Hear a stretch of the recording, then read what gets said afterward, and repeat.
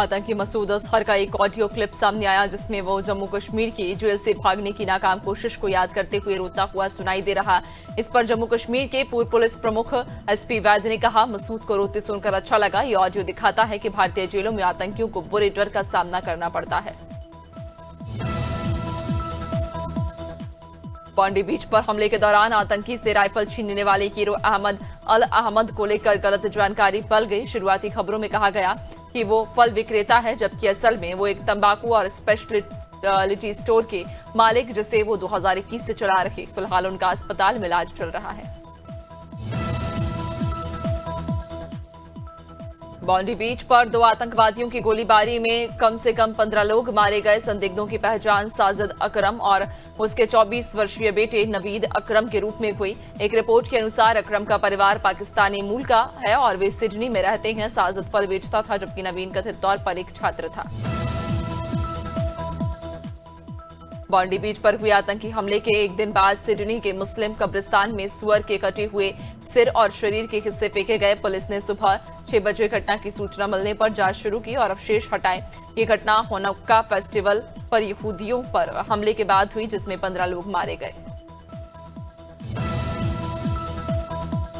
यहूदी अरबपति bill Ackman ने ऑस्ट्रेलिया के बॉन्डी बीच पर आतंकवादी हमले में हमलावर को निहत्या करने वाले अहमद अल अहमद के लिए शुरू किए गए गोफ डमी अभियान में करीब 60 लाख दान किए। रॉयल्स की रिपोर्ट के अनुसार अभियान ने कुछ घंटों में ही 1.2 करोड़ जुटाए। गौरतलब कि अहमद को 2 गोलियां लगी थी। बस्ती जिले में पेंडा बाले बाबा की सफारी कार जलाए जाने के विरोध में हिंदूवादी संगठनों ने एसपी कार्यालय पर अनिश्चितकालीन धरना दिया। कार्यकर्ताओं ने कालीन बिछाकर गेट बंद कर दिया और जय श्री राम के नारे लगाए। पुलिस पर लापरवाही का आरोप लगाया गया। सीओ सदर एसबी तिवारी के आश्वासन के बाद धरना समाप्त हुआ। मध्य प्रदेश में मतदाता सूची विशेष गहन पुनरीक्षण के दौरान जिला निर्वाचन अधिकारियों को प्रशिक्षण के नाम पर कार्यमुक्त करने की तैयारी पर कांग्रेस ने कड़ा ऐतराज जताया। पूर्व मंत्री सज्जन सिंह वर्मा और वरिष्ठ नेता जेपी धनोपिया ने निर्वाचन आयोग भोपाल पहुंचकर ज्ञापन सौंपा। कांग्रेस ने इसे मतदाता सूची की निष्पक्षता और पारदर्शिता के लिए गंभीर बताया। मुख्यमंत्री मोहन यादव के जल संचय अभियान के तहत छिंदवाड़ा जिले में जल संरक्षण की पहल की गई। जिला कलेक्टर के निर्देश पर मध्य प्रदेश जन अभियान परिषद के मार्गदर्शन में अमरवाड़ा विकासखंड की ठेला नदी पर बोरी बंधान किया गया। सीएम सीएलडीपी के एमएसडब्ल्यू और बीएसडब्ल्यू विद्यार्थियों ने 3 घंटे श्रमदान कर गोंडा जिले के तरबगंज थाने में तैनात 50 वर्षीय दरोगा इंद्रेश यादव की हार्ट अटैक से अचानक मौत हो गई। सुबह कैंपस में टहलते समय उनकी तबीयत बिगड़ गई और वो जमीन पर गिर पड़े। साथ ही पुलिसकर्मियों ने उन्हें तत्काल जिला अस्पताल पहुंचाया, लेकिन रास्ते में ही उन्होंने दम तोड़ दिया। हाल ही में उनका तबादला मनकापुर से तरबगंज हुआ था।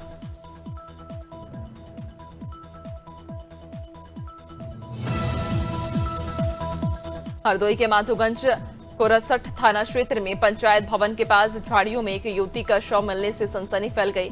मृतका की पहचान 25 वर्षीय ज्योति के रूप में हुई, जिसका गला दुपट्टे से बंधा मिला। परिजनों के अनुसार वो नौकरी देखने संजीला जाने की बात कहकर निकली थी। पुलिस ने शव पोस्टमार्टम को भेजकर जांच शुरू कर दी है।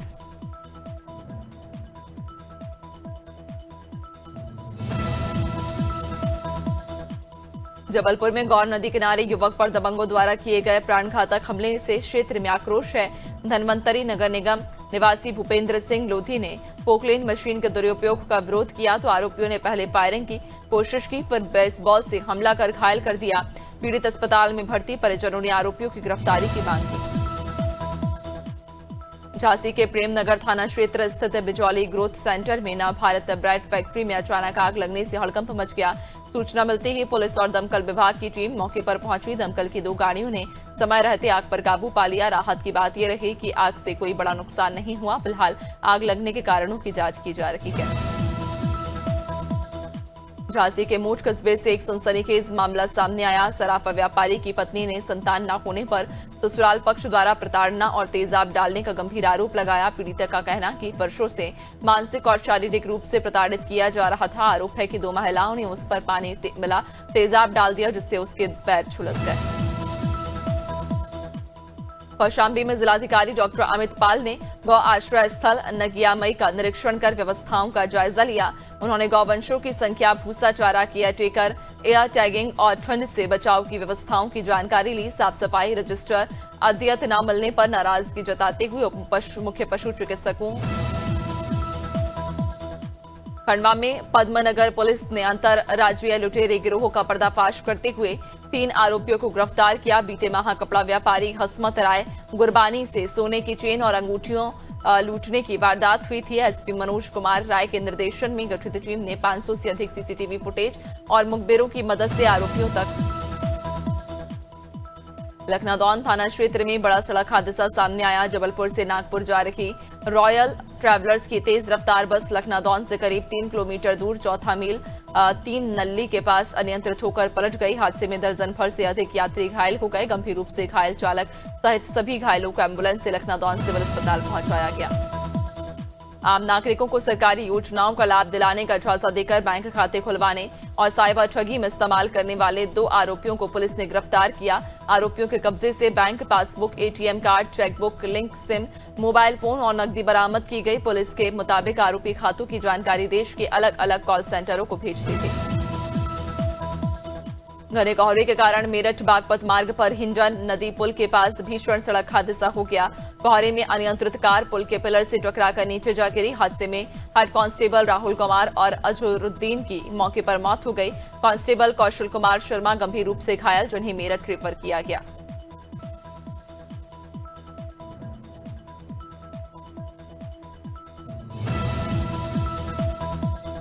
नैनीताल से 10 किलोमीटर दूर खुरपाताल में राज्य निर्माण सेनानी वेलफेयर एसोसिएशन उत्तराखंड की कार्यकारिणी बैठक आयोजित हुई। बैठक में पूर्व विधायक मुख्य अतिथि रखे। सर्वसम्मति से नई कार्यकारिणी का गठन किया गया और पदाधिकारियों का चयन हुआ। राज्य आंदोलनकारियों ने संगठन निर्माण पर खुशी जताते हुए अपनी मांगों के समाधान के लिए शासन से संघर्ष जारी रखने का संकल्प लिया।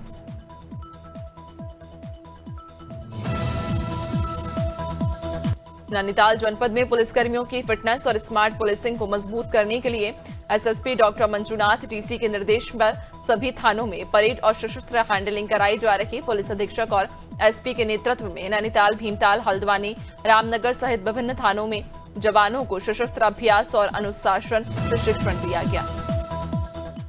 जावद थाना क्षेत्र के ग्राम सुवाखेड़ा निवासी किसान की सड़क हादसे में दर्दनाक मौत हो गई। जावद जेल के पास तेज रफ्तार और लापरवाही से चल रही बाइक ने पैदल जा रहे किसान को पीछे से टक्कर मार दी।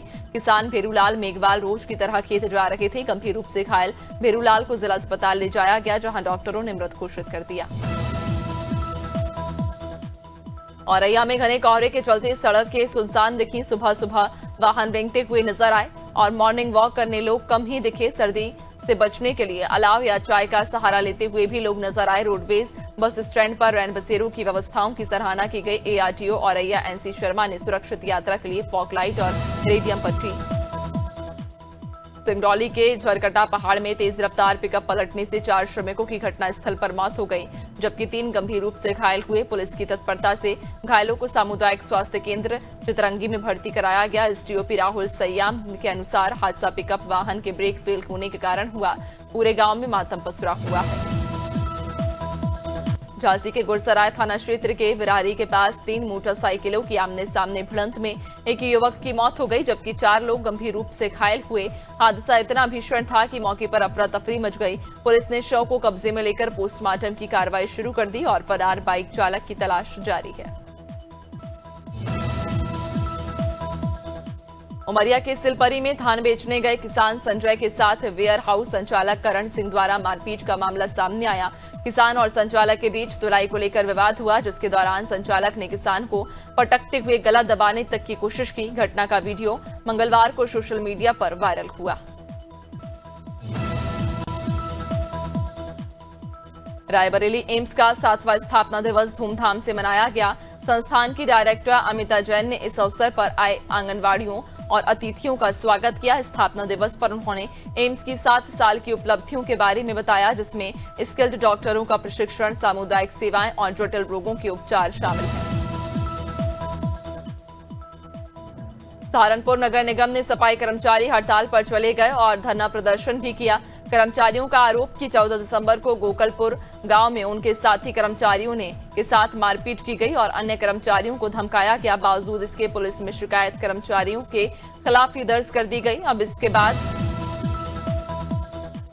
विदिशा में पुलिस महानिरीक्षक राजेश चंदेल ने पुलिस विभाग के वार्षिक निरीक्षण कार्यक्रम में हिस्सा लिया। पुलिस ग्राउंड में बलवा ड्रिल आयोजित की गई, जिसमें जवानों की तैयारियों और अनुशासन का प्रदर्शन हुआ। डीआईजी चंदेल ने परेड का निरीक्षण कर ड्रिल कार्यकुशलता और अनुशासन का जायजा लिया। इस दौरान पुलिस अधीक्षक और अतिरिक्त पुलिस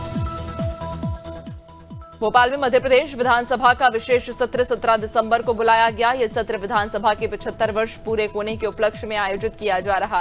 कांग्रेस विधायक दिनेश गुर्जर ने कहा, उन्हें इस सत्र की कोई जानकारी नहीं दी गई और सत्र में किन मुद्दों पर चर्चा होगी ये स्पष्ट नहीं है।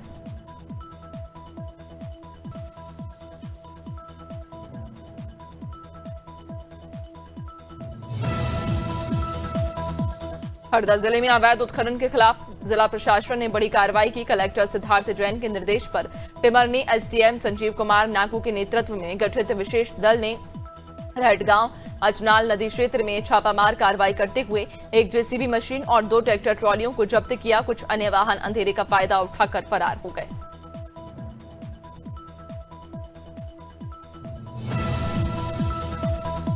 कोरबा में अदानी पावर के कोयला गबन मामले में बड़ा खुलासा हुआ।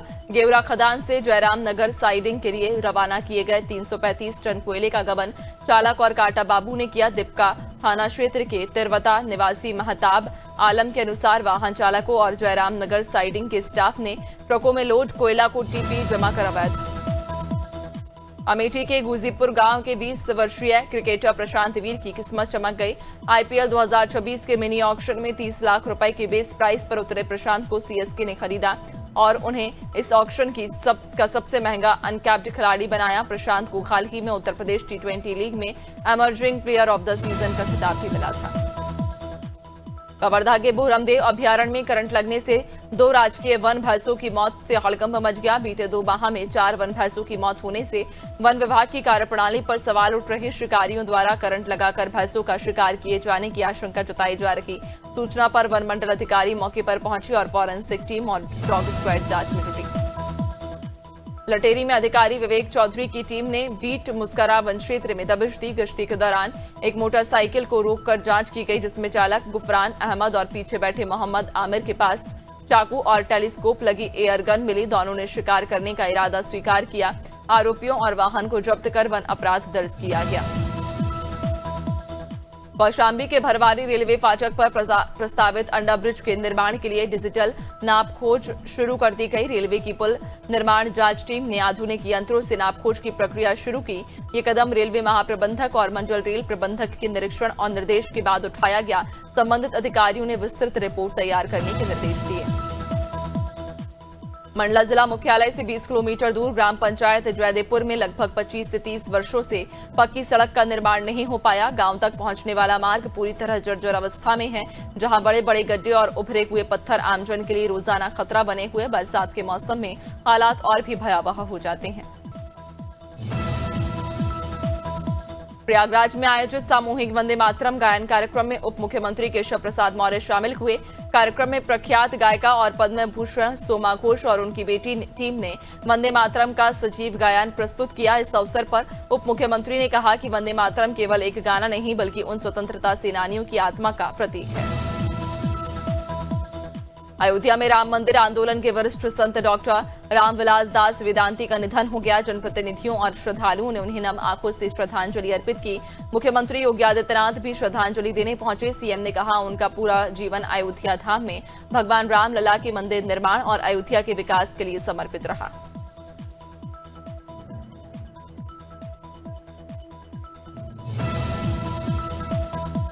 फतेहपुर में दबंगों का आतंक कम होने का नाम नहीं ले रहा। आए दिन खुलेआम दबंगों द्वारा मारपीट, महिलाओं के साथ अभद्रता और खुलेआम गुंडई देखने को मिल रही। ताजा मामला धर्मपुर गांव का है, जहां गांव के ही रहने वाले दबंगों के साथ मिलकर पड़ोसियों ने गरीब महिला के घर में कब्जा कर लिया।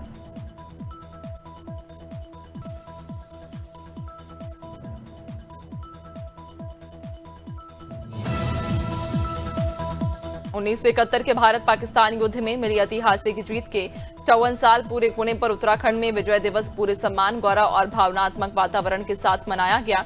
इस अवसर पर जनपद हरिद्वार में अलग अलग स्थानों पर कार्यक्रम आयोजित किए गए। हरिद्वार डीएम ने भी विजय दिवस पर शहीद सैनिकों को श्रद्धांजलि अर्पित की और उनके बलिदान को नमन किया। इंदौर की बेटी भूमि अग्रवाल ने साउथ अफ्रीका में आयोजित मॉडर्न पेंटालॉथन वर्ल्ड चैंपियनशिप में भारत का प्रतिनिधित्व करते हुए 4 पदक अपने नाम किए। एक ही अंतर्राष्ट्रीय प्रतियोगिता में 4 पदक जीतने वाली ये मध्य प्रदेश की एकमात्र खिलाड़ी बन गई। भूमि अग्रवाल इंदौर कलेक्टर कार्यालय पहुंची, जहां डीएम शिवम वर्मा को साउथ अफ्रीका और मैच के अनुभव बताए। इंदौर पुलिस कमिश्नर कार्यालय में आयोजित जनसुनवाई में बड़ी संख्या में लोग अपनी समस्याएं लेकर पहुंचे। जनसुनवाई के दौरान पारिवारिक विवाद, संपत्ति विवाद, आपसी मतभेद, धोखाधड़ी और ठगी से जुड़े मामलों की शिकायतें सामने आई। पुलिस कमिश्नर ने सभी की बात सुनी और संबंधित अधिकारियों को निष्पक्ष जांच कर कार्रवाई के निर्देश दिए।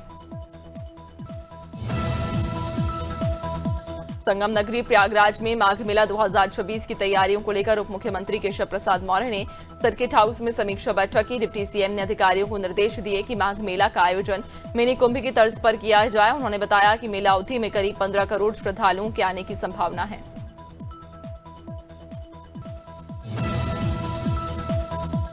रुड़की रेलवे स्टेशन पर आरपीएफ ने बांद्रा एक्सप्रेस से एक विदेशी नागरिक को संदिग्ध हालत में हिरासत में लिया। बताया जा रहा कि अफगानिस्तान के कंधार निवासी बिस्मिल्लाह पिछले करीब 4 सालों में से अवैध रूप से भारत में रह रहा था। वहीं 2018 से उत्तर प्रदेश के सहारनपुर के देवबंद में रहकर पढ़ाई कर रहा था।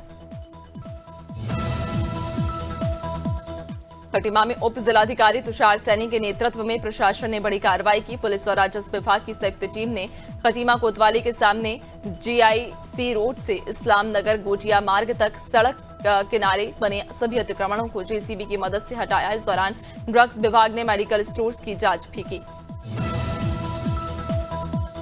भारतीय क्रिकेटर विराट कोहली अपनी पत्नी अनुष्का शर्मा के साथ वृंदावन की परिक्रमा मार्ग स्थित श्रीकित राधा केली कुंज पहुंचे, जहां उन्होंने संत प्रेमानंद महाराज के दर्शन कर आशीर्वाद प्राप्त किया। मुलाकात के दौरान संत प्रेमानंद ने कहा, अपने कार्यक्षेत्र को भगवान की सेवा समझिए, गंभीर भाव से रखिए, नर्म रखिए और खूब नाम जप कीजिए। हरिद्वार में जिला अनुश्रवण समिति की बैठक कलेक्ट्रेट भवन सभागार में आयोजित की गई। बैठक में विभिन्न विभागों की प्रगति, राजस्व वसूली, विकास योजनाओं और अनुसूचित जाति जनजाति अत्याचार निवारण जैसे अहम मुद्दों पर समीक्षा की गई। बैठक की अध्यक्षता सीडीओ ने की और विभागीय अधिकारियों ने अपने अपने विभागों की रिपोर्ट प्रस्तुत की। हरिद्वार के भल्ला स्टेडियम में पुलिस विभाग द्वारा आयोजित 14वीं उत्तराखंड प्रादेशिक पुलिस क्रिकेट प्रतियोगिता का शुभारंभ उत्साह और जोश के साथ किया गया। 19 दिसंबर तक चलने वाली इस प्रतियोगिता की मेजबानी इस बार हरिद्वार का रहा, जिसमें प्रदेश के विभिन्न जनपदों से 20 पुलिस टीमें हिस्सा ले रही।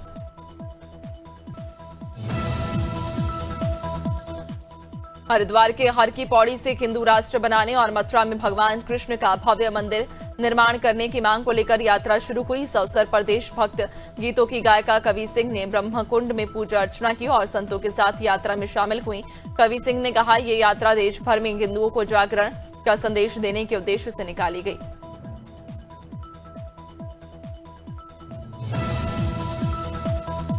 आगरा में कथावाचक अनिरुद्ध आचार्य की ओर से बेटियों को लेकर की गई कथित आपत्तिजनक टिप्पणियों और मीडिया पर विवादित बयान के विरोध में अखिल भारतीय हिंदू महासभा के कार्यकर्ताओं ने प्रदर्शन किया। वृंदावन कोतवाली चौराहे के पास कार्यकर्ताओं ने अनिरुद्ध आचार्य का पुतला दहन कर विरोध जताया।